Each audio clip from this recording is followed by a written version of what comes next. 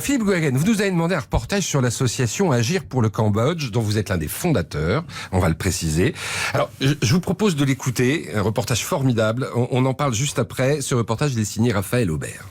Sur l'écran de son ordinateur portable, Meng fait défiler quelques photos d'elle en uniforme devant des hôtels de luxe, des souvenirs de ses premières années dans la vie active. Dans cette photo-là, ça fait pas longtemps après Salabai et j'ai fini la réunion avec les clients. J'ai souri avec confiance. J'étais chic, ma jupe, escarpin. C'est vraiment complètement différent des femmes dans le village. Le village de Meng se trouve à 60 km à l'est du temple d'Angkor et de Salabai. La jeune femme y grandit dans une pauvreté extrême. Elle n'a pas les moyens de faire des études, mais une annonce à la radio change la donne. J'ai entendu l'annonce d'Agir pour le Cambodge qui donne la formation gratuite. Je me suis inscrite. J'ai trouvé le travail tout de suite dans un grand hôtel, 5 étoiles. Je suis très fière de Salabai. 15 ans avant, mon rêve, c'est installer mon propre société. Son rêve, Meng l'a réalisé. Elle est aujourd'hui à la tête de sa propre agence de voyage. Pour nous, c'est une grande fierté de les voir évoluer après. Claude Colombier, président de l'association Agir pour le Cambodge et ancien directeur de l'école. 100% des élèves trouvent un emploi à la sortie. Eux, ils vont sortir de l'école avec un salaire approximativement autour de 150 à 200 $ par mois. Donc c'est pas beaucoup pour nous occidentaux, mais on sort du cycle de la grande pauvreté et donc ces jeunes, ils vont aussi aider leur famille. Des familles qui gagnent moins de 1000 $ par an. C'est l'une des conditions d'entrée à Salabai. L'école recrute aussi 70% de filles plus vulnérables face à la pauvreté.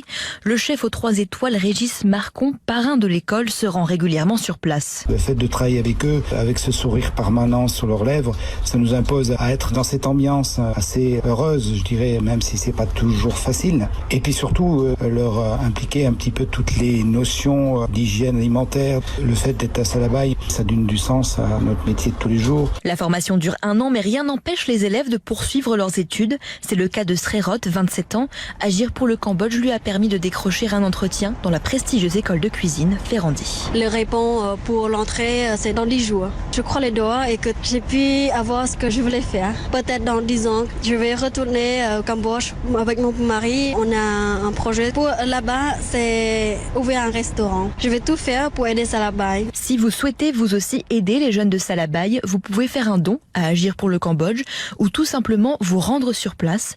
Le restaurant et l'hôtel d'application de l'école tenus par les élèves sont ouverts aux touristes. Un reportage de Raphaël Aubert. J'imagine que c'est émouvant pour vous d'entendre les témoignages de ces 2 jeunes filles. Oui, c'est assez fort parce que le Cambodge, j'y suis allé, j'ai eu la chance de rencontrer l'ONU en 92 et j'ai été avec les militaires de l'ONU qui nettoyaient les dernières poches de Khmer Rouge qui étaient à Angkor parce que se cachaient dans le temple d'Angkor. Dans les temples d'Angkor. Ouais. Et quand je me souviens de la date où Pol Pot a pris le pouvoir, 75, c'était hier, c'était pas si vieux que ça. C'est notre génération. C'était les années Giscard.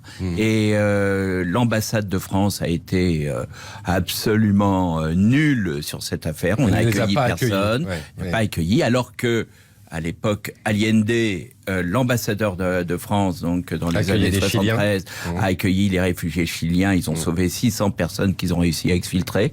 Et je me suis dit, nous, Français, on a une dette vis-à-vis du peuple cambodgien. Le Cambodge était un protectorat français. C'est à nous maintenant de les aider. Et je suis ravi de travailler sur Salabai, ce qu'on appelle l'école du riz en cambodgien, pour aider tous ces jeunes. C'est normal qu'on s'occupe un tout petit peu d'eux.